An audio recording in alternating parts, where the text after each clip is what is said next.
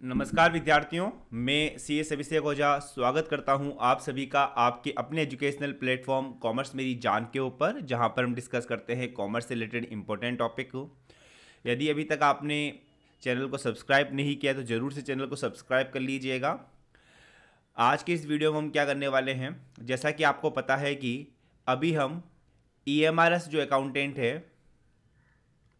EMRS accountant जो है उसका हमने 21 डे का चैलेंज लिया है। यानी कि 21 डेज़ के अंदर हम आपको 21 वीडियोस प्रोवाइड करवाएंगे और हर वीडियो के अंदर आपके 20 MCQ होने वाले हैं। ऐसे करके आपको एग्ज़ाम ओरिएंटेड 420 MCQ मिल जाएंगे, जहां पर एग्ज़ाम के अंदर इसी पैटर्न के MCQ आपको देखने को मिलेंगे। तो 420 MCQ की हम आपको प्रैक्टिस करवाने वाले हैं।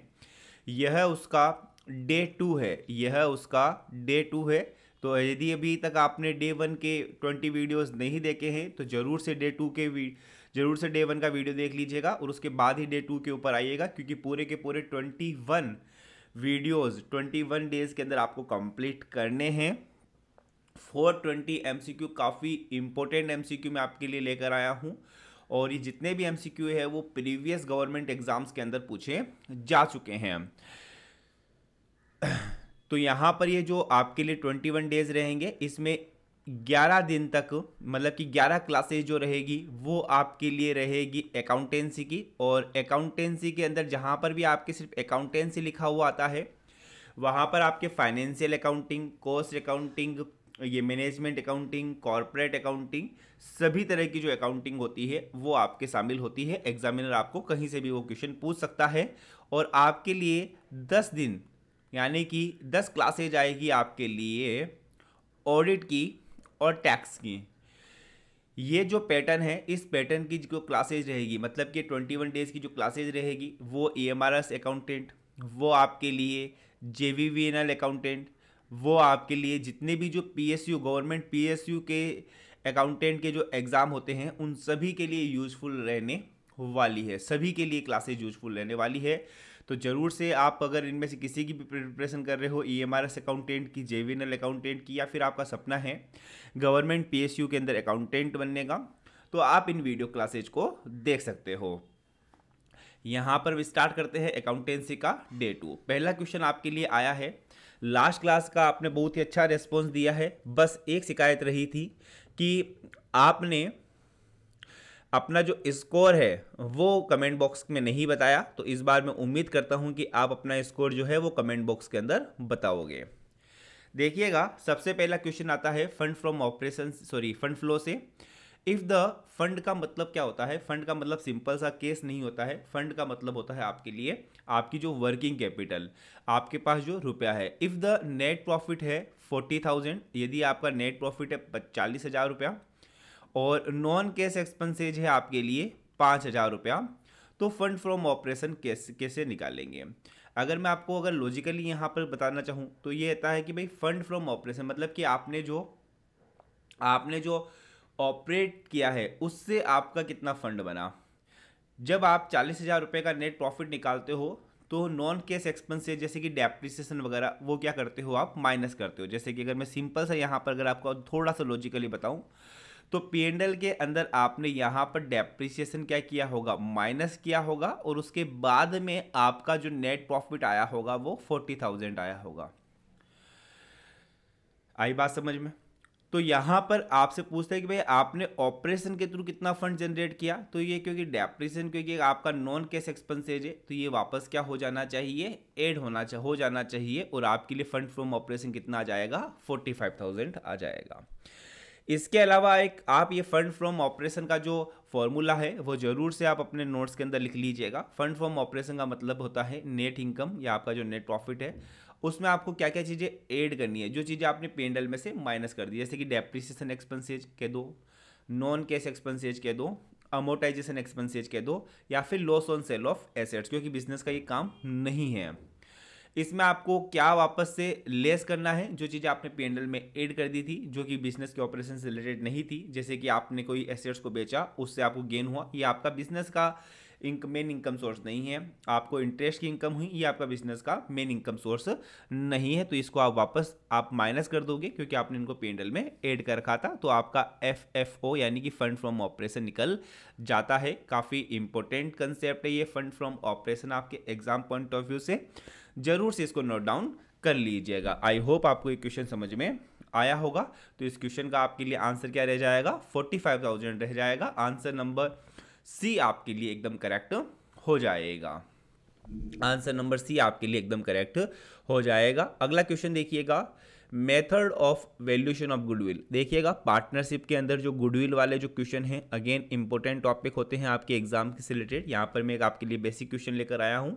अगेन ये क्वेश्चन भी एग्जाम में पूछा गया है, लेकिन आप गुडविल के जो मेथड है, स्पेसिफिकली जो सुपर नॉर्मल प्रॉफिट और कैपिटलाइजेशन मेथड, ये दोनों मेथड के फॉर्मूले और इनसे रिलेटेड जो MCQ है उसकी जरूर से प्रैक्टिस कीजिएगा, क्योंकि ऐसे क्वेश्चन एग्जाम में पूछे जाते हैं। यहाँ पर आपके लिए एवरेज प्रॉफिट मेथड भी होता है, सुपर प्रॉफिट भी होता है और कैपिटलाइजेशन मेथड भी आपके लिए होता है। गुडविल के अंदर एक और इंपॉर्टेंट क्वेश्चन मैं आपको बता देना चाहता हूँ, जिसकी आप प्रैक्टिस जरूर से कीजिएगा, हिडन गुडविल का। हालांकि मैं इसका भी क्वेश्चन आपके लिए आने वाली क्लासेज के अंदर लेकर आऊँगा, यहाँ से भी क्वेश्चन आपसे पूछा जा सकता है। देखिएगा गुडविल के अंदर आपके लिए एवरेज प्रॉफिट मेथड होता है, सुपर प्रॉफिट होता है। सुपर प्रॉफिट बोले तो आपका जो प्रॉफिट हुआ है माइनस कर देते हो आप उस फर्म का जो नॉर्मल प्रॉफिट होता है, उस फर्म का जो नॉर्मल प्रॉफिट होता है। कैपिटलाइजेशन मेथड के अंदर आप अपनी कैपिटल के बेसिस के ऊपर आप गुडविल निकालते हो। परचेज कंसिडरेशन मेथड और एन्युटी मेथड भी गुडविल के और दो मेथड होते हैं। नेक्स्ट देखिएगा, ये क्वेश्चन आपकी डिविडेंड पॉलिसी से लिया गया है। According to Walter, firm should pay 100% dividend. Firm को जितना भी प्रॉफिट होता है उस प्रॉफिट को क्या कर देना चाहिए, डिविडेंड के रूप में बांट देना चाहिए। कब बांट देना चाहिए, ये डिविडेंड पॉलिसी का क्वेश्चन है, काफ़ी अच्छा क्वेश्चन है। मैं यहाँ पर इसको थोड़ा सा आपके लिए एक्सप्लेन कर देता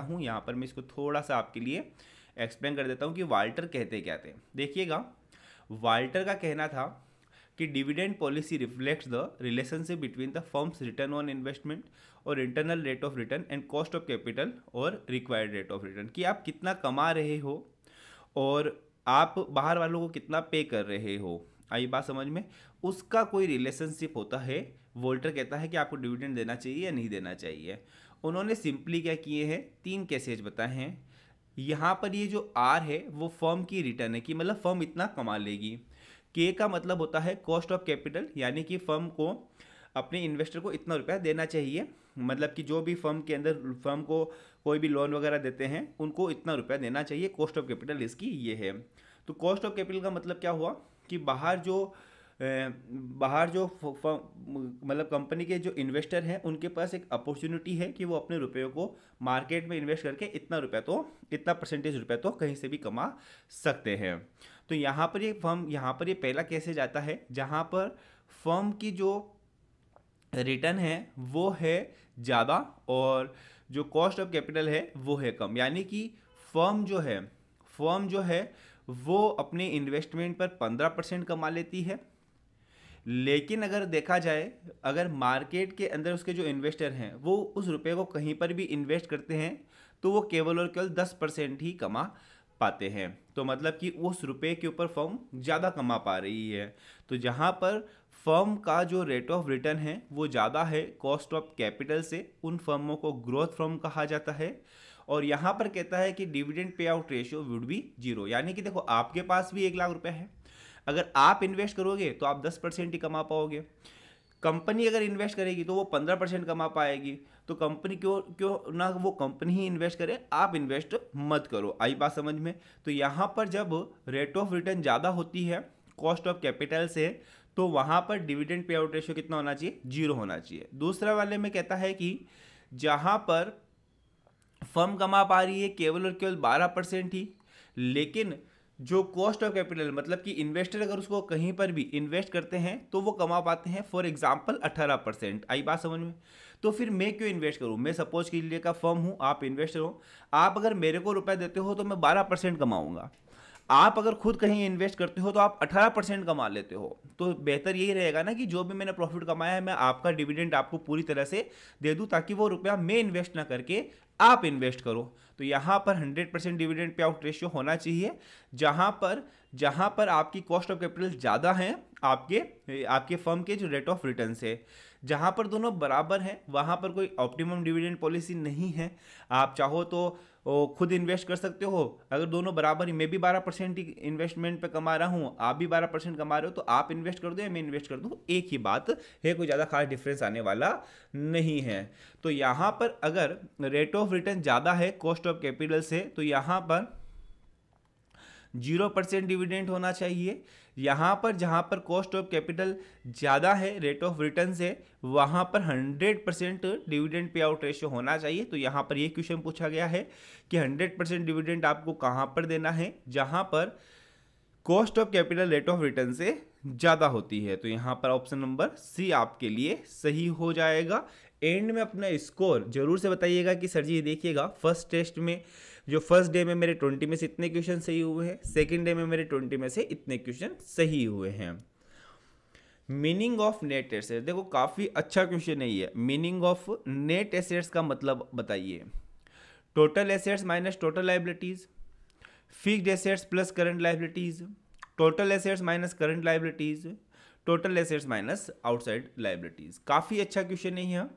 नेट एसेट्स का मतलब होता है आप अपनी total assets, current assets as well fixed assets, उसमें से आप क्या कर देते हो, अपनी आउटसाइड लाइबिलिटीज़ को माइनस कर देते हो, उसमें से आप अपनी आउटसाइड लाइबिलिटीज़ को माइनस कर देते हो। उसके बाद में जो एसेट्स बचती है उसको नाम दिया जाता है नेट एसेट्स का। काफ़ी अच्छा क्वेश्चन है, एग्जाम ओरिएंटेड क्वेश्चन है, जरूर से नोट्स में नोट डाउन कीजिएगा। यह बीआरएस का क्वेश्चन है। बीआरएस के बारे में मैं आपको बताना चाहता हूँ कि बीआरएस के सभी वीडियोस हमने ऐप के अंदर लगभग 4.5 घंटे के वीडियो हैं। हमारी जो ऐप है कॉमर्स मेरी जान और कॉमर्स प्रेप, है ना। तो कॉमर्स मेरी जान के टीआरए जूनियर अकाउंटेंट वाले कोर्स में, उसमें हमने बीआरएस के सभी वीडियोस लगभग 4.5 घंटे के क्लासेज हैं, वो हमने क्या कर रखे हैं, फ्री कर रखे हैं, मतलब कि अनलॉक कर रखे हैं। आप जाइएगा वो वीडियोस देखिएगा और बीआरएस के अपने जो कंसेप्ट है उसको क्लियर कीजिएगा। यदि आपने क्लियर कर भी रखे हैं और अगर आपको 5 से 10% कहीं पर भी डाउट है, तो मैं आपको यही रिकमेंड करता हूं कि आप जरूर से बीआरएस के वो 4.5 घंटे क्लास देख लीजिएगा। एक बार क्लास देख लोगे, लाइफ टाइम आपको बीआरएस का रिवीजन करने की भी रिक्वायरमेंट नहीं होने वाली है। आई बात समझ में। और बीआरएस एक ऐसा टॉपिक है जो एग्जामिनर का बहुत फेवरेट है। एग्जामिनर एक क्वेश्चन वहाँ से देता ही देता है, चाहे वो आपको बैलेंसेस से दे ले, चाहे वो आपको प्लस माइनस वाले क्वेश्चन दे ले, लेकिन एक क्वेश्चन एग्जामिनर यहाँ से आपको देता ही है। तो यहाँ पर क्वेश्चन दिया गया है favourable balance of cash book. देखिएगा कैश बुक कौन बनाता है, कैश बुक बनाई जाती है बिजनेसमैन के द्वारा, और बिजनेसमैन के लिए फेवरेबल बैलेंस का मतलब होता है डेबिट बैलेंस, क्योंकि उसकी वो लिए वो क्या हो जाएगी, एसेट्स हो जाएगी। आई बात समझ में। और अनफेवरेबल बैलेंस का मतलब होता है क्रेडिट बैलेंस, क्योंकि वहां पर वो लायबिलिटी दिखाएगा। पासबुक का जस्ट इसका रिवर्स होता है। पासबुक के अंदर फेवरेबल बैलेंस होता है क्रेडिट बैलेंस। जैसे ही आपके अकाउंट के अंदर कहता है कि your account has been credited, तो आप खुश हो जाते हो क्योंकि वहां पर बैलेंस आपका ऐड हुआ है। और अनफेवरेबल बैलेंसेज का मतलब होता है डेबिट बैलेंस। आपका अकाउंट इतने से डेबिट हो गया, मतलब कि वो आपका बैलेंस कम हुआ है। तो यहाँ पर पूछता है कि फेवरेबल बैलेंस क्या है कैश बुक का, तो वो होगा आपके लिए debit balance as per cash book. बिल्कुल मैंने आपको वो चैप्टर बिल्कुल प्रैक्टिकल वे में करवाया है, तो जरूर से आप वो क्लास देखिएगा। मेरी आपसे यही रिकमेंडेशन रहेगी इस वीडियो के अंदर। नेक्स्ट देखिएगा, कॉस्ट ऑफ एसेट्स थी 60,000 की, ठीक है जी, 60,000 रुपये की एसेट्स थी। 25% उसका स्क्रैप वैल्यू है, मतलब कि 60,000 का 25% होता है 15,000 रुपये का, तो 15,000 का स्क्रैप वैल्यू है, बच गए आपके लिए 45,000 रुपये। At the end of 10 years the straight line method depreciation follow किया जाता है, तो 45,000 रुपये का डेप्रिसिएशन लगाना है 10 सालों के लिए, तो हर साल का डेप्रिसिएशन आपके लिए कितना आएगा, 4500 रुपये का डेप्रिसिएशन आएगा। रेट पूछिए डेप्रिसिएशन की, 4500 का डेप्रिसिएशन है जो लगेगा 60,000 की एसेट्स के ऊपर। 4500 का डेप्रिसिएशन है जो लगेगा आपकी 60,000 की एसेट्स के ऊपर। तो यहाँ पर कितना परसेंट डेप्रिसिएशन लगा, बिल्कुल देखो प्रैक्टिकल बताया है ना, कोई फॉर्मूला बताया है। यही होता है जब आप अकाउंट को समझ लेते हो तो, और आपको इसी तरह से समझना है, क्योंकि आप एग्जाम के अंदर बार बार रिवीजन करके नहीं जा सकते हो, है ना। हर चीज़ का, इंपॉर्टेंट चीज़ों का तो करोगे, एग्जाम के 1 घंटे पहले सभी चीज़ों का रिविजन थोड़ी ना हो पाता है, कुछ चीज़ें आपके माइंड में रहनी चाहिए। एट देखिएगा, ये क्वेश्चन, सभी क्वेश्चन एग्जाम ओरिएंटेड है। डिसोल्यूशन एक्सपेंस देखिएगा, dissolution expenses are recorded in the realization account. ये जो रियलाइजेशन अकाउंट होता है, यह जो रियलाइजेशन अकाउंट होता है वो खोला जाता है पार्टनरशिप के डिसोल्यूशन पर। मतलब जब पार्टनरशिप का क्या होता है, समापन होता है, पार्टनरशिप क्या हो रही है, खत्म हो रही होती है, तब पार्टनरशिप फर्म की जितनी भी जो एसेट्स होती है उनको बेचा जाता है, और उस एसेट से जो भी रुपया आता है उससे लायबिलिटीज को क्या कर दिया जाता है पे कर दिया जाता है। इसके लिए रियलाइजेशन अकाउंट बनाया जाता है। रियलाइजेशन अकाउंट एक ऐसा अकाउंट होता है, क्वेश्चन पूछा गया था कि भाई ऐसा कौन सा अकाउंट है जो पार्टनरशिप फर्म के केस में केवल और केवल उसके लाइफ में, सिर्फ उसके लाइफ टाइम में एक बार ही ओपन होगा, वो अकाउंट होता है आपके लिए रियलाइजेशन अकाउंट। क्यों? क्योंकि सिंपल सी, बाकी सब पार्टनर्स कैपिटल अकाउंट ये तो सब बनते रहेंगे, है ना, रिवोल्यूशन अकाउंट भी बनता रहेगा, लेकिन रियलाइजेशन अकाउंट जब पार्टनरशिप फर्म का समापन होता है तब बनाया जाता है।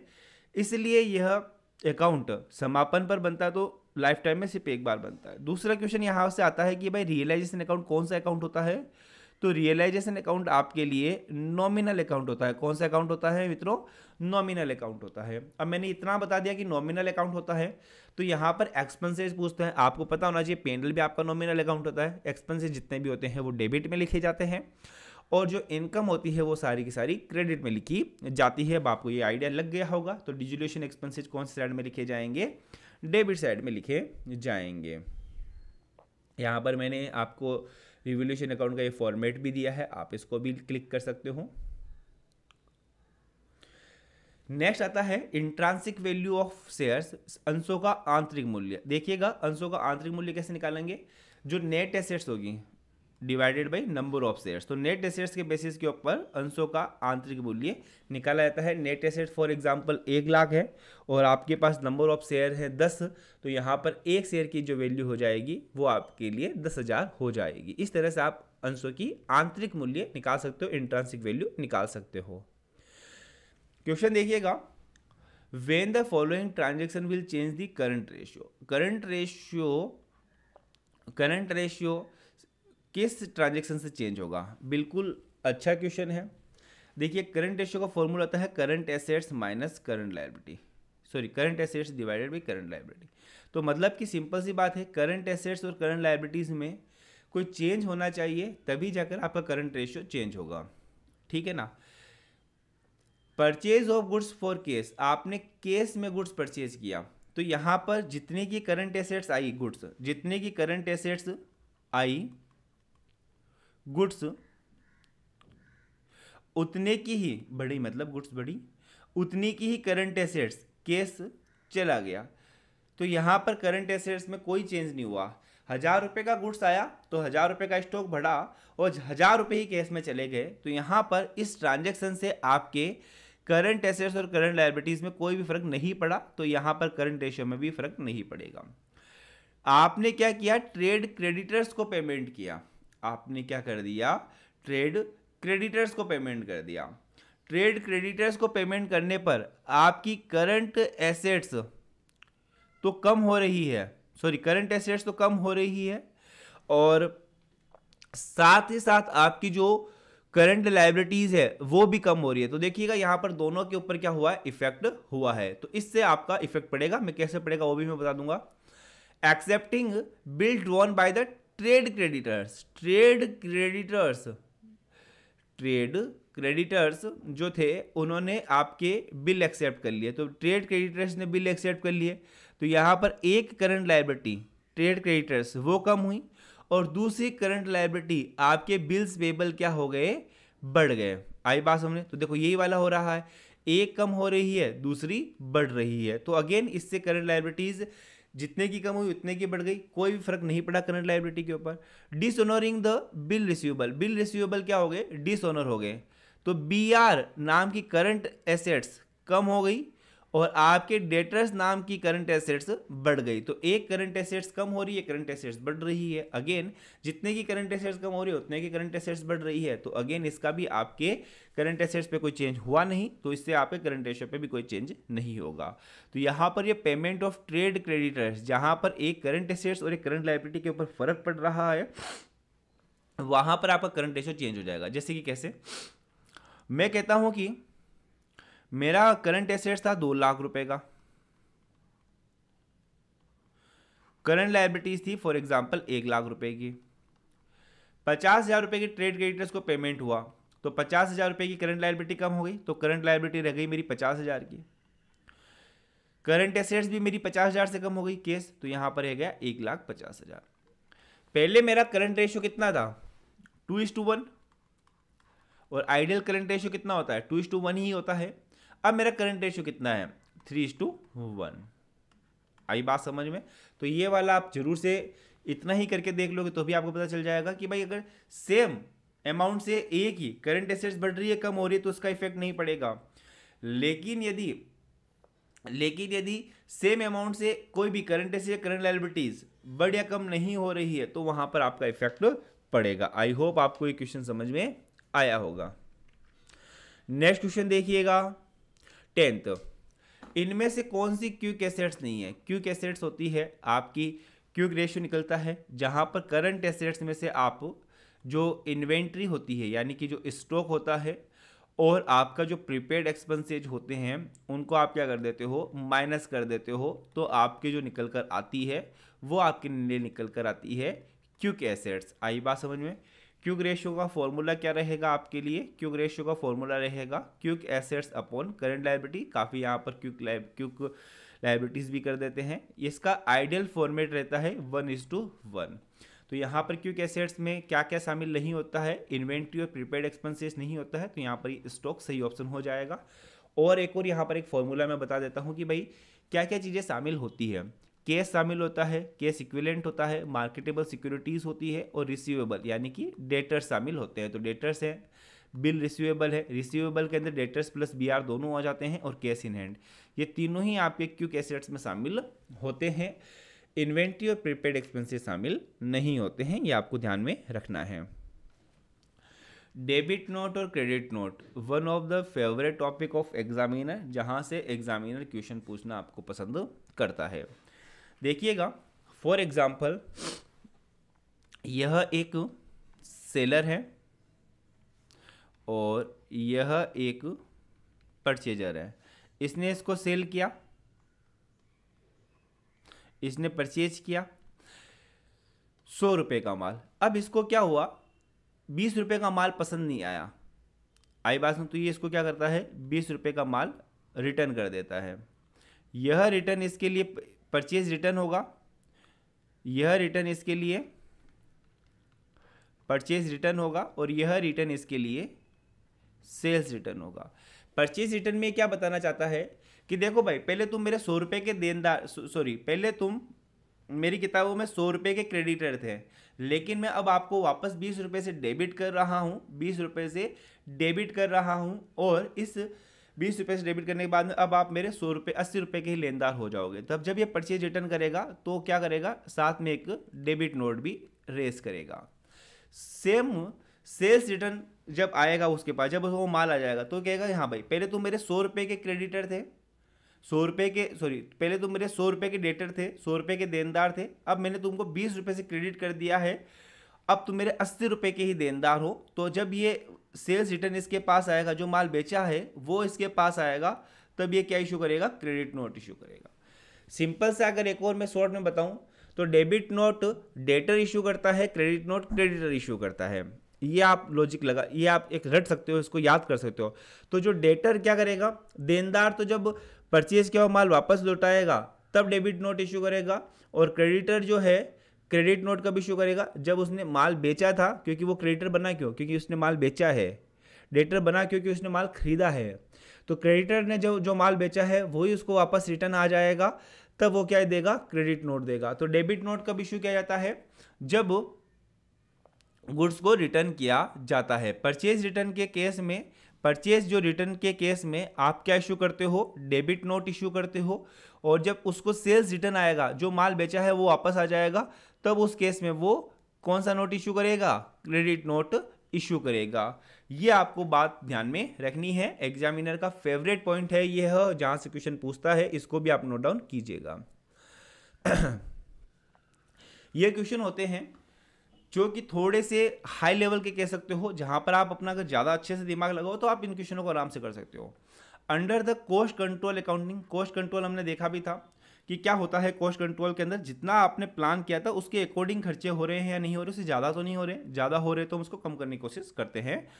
Normal wastage of material, material का नॉर्मल वेस्टेज कभी भी कॉस्टिंग पेंडल में नहीं जाता है, स्टोर लेजर में नहीं जाता है। नॉर्मल वेस्टेज कहाँ होता है मटेरियल का, माल जब बनता है उस समय होता है, तो वो कहाँ पर जाएगा, फैक्ट्री ओवरहेड कंट्रोल अकाउंट में जाएगा। तो नॉर्मल वेस्टेज कहाँ पर जाता है, फैक्ट्री ओवरहेड कंट्रोल अकाउंट में जाता है, under the cost control accounting.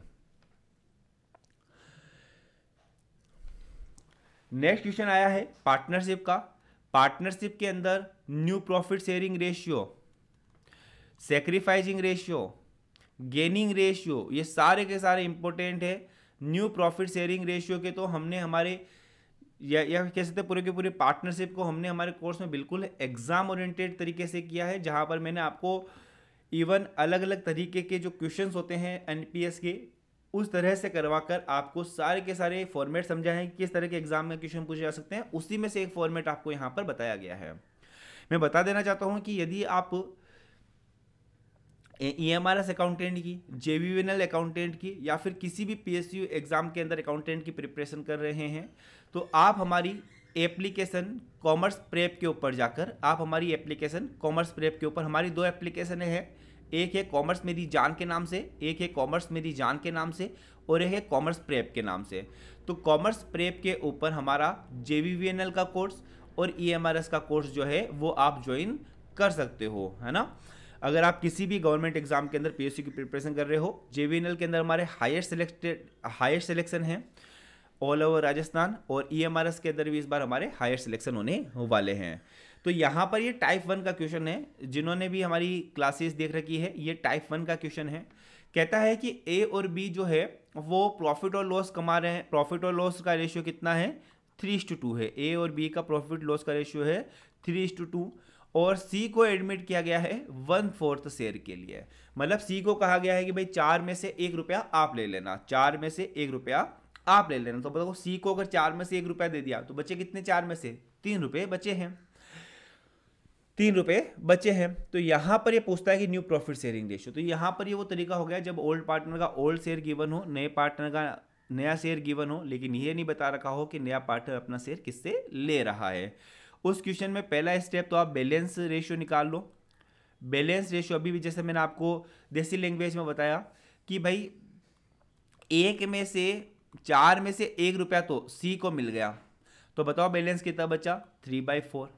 बात समझ में आ गई।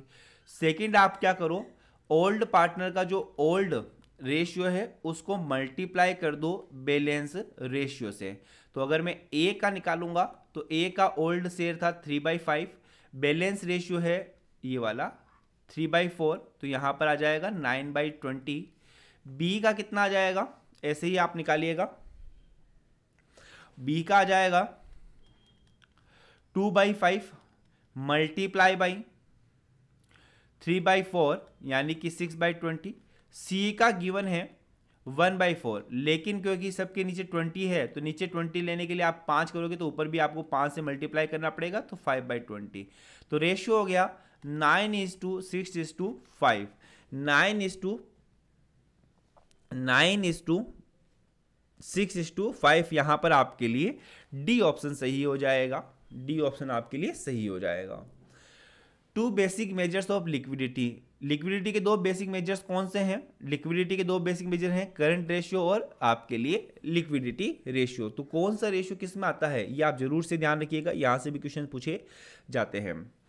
देखिएगा फंड, फंड का मतलब अगेन रुपया नहीं होता, फंड का मतलब होता है आपकी वर्किंग कैपिटल। उसका एप्लीकेशन कहां होगा, फंड के 2 होते हैं, एक तो एप्लीकेशन जहां पर रुपया लगता है और एक आता है एक आता है सोर्स जहाँ से आपका फंड आता है। इसके लिए एक छोटा सा नोट्स आप अपने जरूर से नोट्स में लिखिएगा, क्योंकि again exam point of view से इंपॉर्टेंट है। देखिएगा सोर्स ऑफ फंड में क्या क्या आते हैं, मतलब कि कहाँ कहाँ से आपके पास फंड आएगा। शेयर और डिबेंचर को इशू करते हो तो आपके पास केस आता है, वो आपके लिए सोर्स ऑफ फंड है। एसेट्स को आपने बेचा, वो आपके लिए सोर्स ऑफ फंड है। लॉन्ग टर्म लोन लिए, वो आपके लिए सोर्स ऑफ फंड है। वर्किंग कैपिटल में डिक्रीज हुआ, वो आपके लिए सोर्स ऑफ फंड है। फंड फ्रॉम ऑपरेशन आपके लिए सोर्स ऑफ फंड है। एप्लीकेशन ऑफ फंड कहाँ होगा, रिडम्पशन ऑफ शेयर्स, मतलब कि जो शेयर्स और डिबेंचर्स का आपने पेमेंट करते हो आप, फिक्स्ड एसेट्स को परचेज करते हो आप, लॉन्ग टर्म लोन को रिपेमेंट करते हो आप, वर्किंग कैपिटल आपकी इंक्रीज होती है, या फिर आप डिविडेंड को, वर्किंग कैपिटल आपकी इंक्रीज होती है। वर्किंग कैपिटल कब इंक्रीज होगी, जब आपकी वर्किंग कैपिटल आपकी कब इंक्रीज होगी, जब आपकी करंट एसेट्स बढ़ेगी और करंट लाइबिलिटीज कम होगी, तब आपकी वर्किंग कैपिटल इंक्रीज होगी, क्योंकि current assets minus current liability होता है। और डिविडेंड टैक्स पेमेंट, और होता है डिविडेंड टैक्स पेमेंट। अब देखिएगा 4 ऑप्शन है। पहला आता है डेप्रिसिएशन को राइट ऑफ किया, तो ये तो खर्चा है ना, लेकिन एक नॉन केस है, तो इसको तो आप हटाई दीजिए। फिक्स्ड एसेट्स को आपने सेल किया, तो ये तो आपके लिए सोर्स ऑफ फंड है, रुपया आया आपके पास। अब स्टूडेंट को कंफ्यूजन होगा पेमेंट ऑफ सैलरी और payment of dividend.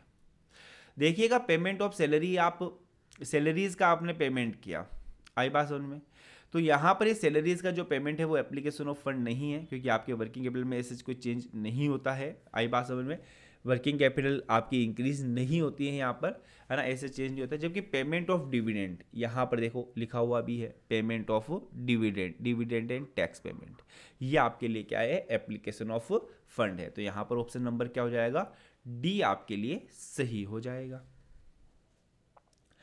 Operating ratio, देखो liquidity ratio, operating ratio, activity ratio, इनमें कौन कौन से रेशियो शामिल होते हैं, जरूर से, सॉरी ये प्रॉफिटेबिलिटी रेशियो, एक्टिविटी रेशियो, इनमें कौन कौन से लिक्विडिटी रेशियो, कौन कौन से रेशियो शामिल होते हैं, जरूर से आप इनको देखिएगा, क्योंकि यहाँ से क्वेश्चन बहुत आते हैं। 16 कहता है कि ऑपरेटिंग जो रेशियो होता है, ऑपरेटिंग जो रेशियो होता है वो किसका पार्ट होता है, ऑपरेटिंग रेशियो होता है आपके लिए प्रॉफिटेबिलिटी रेशियो का। ऑपरेटिंग रेशियो होता है आपके लिए प्रॉफिटेबिलिटी रेशियो का, जहाँ पर आप gross profit ratio, net profit ratio, operating ratio, ये सब आप निकालते हो। 17th question, again one of favourite question of examiner, जहां से एग्जामिनर क्वेश्चन पूछना आपको पसंद करता है। क्या है, if sales are ₹3 lakh and gross profit है 1/3 on cost, purchase are 2,50,000 and the closing stock is 50,000, opening stock क्या होगा। सिंपल सा ऐसे क्वेश्चन, आपको कुछ नहीं करना है, ट्रेडिंग अकाउंट बनाना है, ट्रेडिंग अकाउंट की सभी इंपॉर्टेंट चीजें, ओपनिंग स्टॉक, परचेज। देखिएगा अगर आप यहाँ पर ग्रॉस प्रॉफिट लिखते हो तो आप यहाँ पर सेल्स लिखना, क्योंकि ग्रॉस प्रॉफिट की इन्फॉर्मेशन नहीं है, आप चाहो तो निकाल भी सकते हो, चलो निकाल लेंगे, है ना। अगर ग्रॉस प्रॉफिट आप यहाँ लिखते हो तो यहाँ पर आप क्या लिख देना, सेल्स लिख देना, क्योंकि सेल्स में प्रॉफिट ऐड होता है। अगर आप ग्रॉस प्रॉफिट नहीं लिखते हो तो आप यहाँ पर कॉस्ट ऑफ गुड्स सोल्ड लिख देना, और क्लोजिंग स्टॉक। ये 5 आइटम होते हैं आपके ट्रेडिंग अकाउंट के। फॉर्मूले कभी भी याद मत करके जाना। सेल्स कितनी है, 3 लाख। ग्रॉस प्रॉफिट कहता है 1/3 ऑन कॉस्ट, मतलब ये कॉस्ट पे है, मतलब ये अगर 3 रुपये की कॉस्ट है तो 1 रुपये का प्रॉफिट है। तो बताओ सेल कितने की हुई, कॉस्ट है 3 रुपया, प्रॉफिट है 1 रुपया, तो बताओ सेल कितने की हुई, सेल हुई 4 रुपये की। 3 रुपये की कॉस्ट है, 1 रुपये का प्रॉफिट है, तो सेल हुई 4 रुपये की। यही तो बता रहा है 1/3 ऑन कॉस्ट। चीज़ों को समझने की कोशिश करो। ये 1/3 ऑन कॉस्ट का मतलब होता है कि ऑन कॉस्ट जो दिया हुआ है वो नीचे वाला होता है, मतलब कॉस्ट है 3 रुपया, प्रॉफिट है 1 रुपया, तो सेल कितनी हुई 4 रुपये की, तो प्रॉफिट कितना है 1। तो अगर प्रॉफिट है 1/3 ऑन कॉस्ट तो ये सेल पे होगा 1/4। तो 3 लाख का 1/4 अगर मैं करता हूँ, 3 लाख का अगर मैं 1/4 करता हूँ तो मेरा प्रॉफिट कितना आया 75,000 रुपये का। तो इससे ये पता चल गया। परचेज कितनी हो गई 2,50,000 की, क्लोजिंग स्टॉक कितना हो गया 50,000 का, इधर की टोटल 350 आ रही है, तो इधर की भी टोटल कितनी आनी चाहिए 350 की आनी चाहिए। जितनी कम आएगी बैलेंसिंग फिगर से आप निकाल लो। 3,50,000 माइनस 2,50,000 बचे 1,75,000 और माइनस हो गए तो बचे 25,000। कितना आ जाएगा 25,000 यहाँ पर आपके लिए ओपनिंग स्टॉक आ जाएगा एज एन बैलेंसिंग फिगर। तो 17वें के अंदर आपके लिए आंसर क्या रह जाएगा ए रह जाएगा। और इस तरह के क्वेश्चन जहाँ पर आपको या तो ये सिंपल सा सिर्फ कॉस्ट वाले क्वेश्चन पूछेगा कि भाई ये कॉस्ट पर है तो प्रॉफिट पे कितना होगा, आप ग्रोस प्रॉफिट निकाल लो, ये जो हमने निकालने की कोशिश की है वैसे क्वेश्चन आपसे पूछे जा सकते हैं, या फिर फुल फ्लेज आपको फॉर्मेट वाले क्वेश्चन पूछे जा सकते हैं। फॉर्मूले याद मत कीजिएगा, फॉर्मेट ध्यान में रखिएगा क्योंकि बार बार आपके काम आएंगे। 18 क्वेश्चन देखिएगा, सुपर प्रॉफिट का मतलब क्या होता है। सुपर प्रॉफिट का मतलब होता है आपका एवरेज प्रॉफिट, आप कितना प्रॉफिट कमा रहे हो, माइनस नॉर्मल प्रॉफिट, मार्केट कितना प्रॉफिट कमा रहा है। अकाउंटिंग स्टैंडर्ड कौन सा बताता है अमलगमेशन को। अब देखिएगा मैंने आपको बार बार कहा है आप अकाउंटिंग स्टैंडर्ड के और इंडियन अकाउंटिंग स्टैंडर्ड के बाद में अगर आपको आता है तो IFRS के, इन सब के जो टाइटल है वो एग्ज़ाम के अंदर ज़रूर से याद करके जाइएगा। इंडियन अकाउंटिंग स्टैंडर्ड के आप यूट्यूब के ऊपर सर्च कीजिएगा, क्या कहते हैं, जहाँ पर मैंने बिल्कुल ही ट्रिक से आपको इंडियन अकाउंटिंग स्टैंडर्ड याद करवा रखे हैं, trick to remember Indian accounting standard. उस वीडियो को जरूर से देखिएगा, रिकमेंडेशन है आपके लिए, क्योंकि 30 मिनट का वीडियो है, हंसते खेल खुलाते आप सभी इंडियन अकाउंटिंग स्टैंडर्ड याद कर लोगे, एग्जाम में आएगा आसानी से आप आंसर दे दोगे। यहाँ पर अमलगमेशन का पूछा है कि अमलगमेशन का अकाउंटिंग स्टैंडर्ड कौन सा है, तो अमलगमेशन का है अकाउंटिंग स्टैंडर्ड 14। कौन सा सही है यहाँ पर, अकाउंटिंग स्टैंडर्ड 14 अमलगमेशन से रिलेटेड होता है। रेशियो से रिलेटेड इस तरह के क्वेश्चंस भी एग्जामिनर के फेवरेट हैं। कहता है कि करंट रेशियो है 2.5 और वर्किंग कैपिटल है 60,000। Amount of the current assets कितने की होगी। देखिएगा करंट जो चीज़ गिवन है वर्किंग कैपिटल, उसका फॉर्मूला क्या होता है, current assets minus current liability, वो है आपके लिए वर्किंग कैपिटल, वो है आपके लिए 60,000 के। करंट एसेट्स करंट रेशियो होता है, करंट रेशियो गिवन है 2.5, तो करंट रेशियो का फॉर्मूला होता है current assets upon current liability. ये 2.5:1 है, तो मतलब कि करंट एसेट्स है आपके लिए 2.5 और करंट लायबिलिटी है 1, तो करंट एसेट्स है 2.5 और करंट लायबिलिटीज है 1, तो वर्किंग कैपिटल कितनी हो जाएगी आपके लिए 1.5। 1.5 इक्वल है 60,000 के। आई बात समझ में। निकालना क्या है आपको, निकालना क्या है आपको, करंट एसेट्स निकालनी। करंट एसेट्स कितनी है 2.5, करंट लायबिलिटी कितनी है 1, वर्किंग कैपिटल कितनी है 1.5। ये सारे के सारे रेशियो में ध्यान रखिएगा। एक्चुअल वर्किंग कैपिटल कितनी गिवन है 60,000। वर्किंग कैपिटल के नीचे वर्किंग कैपिटल का रेशियो लिखिएगा 1.5। जो भी निकालना है उसको मल्टीप्लाई कर लीजिएगा। करंट एसेट्स निकालनी तो करंट एसेट्स के रेशियो को मल्टीप्लाई कर लो।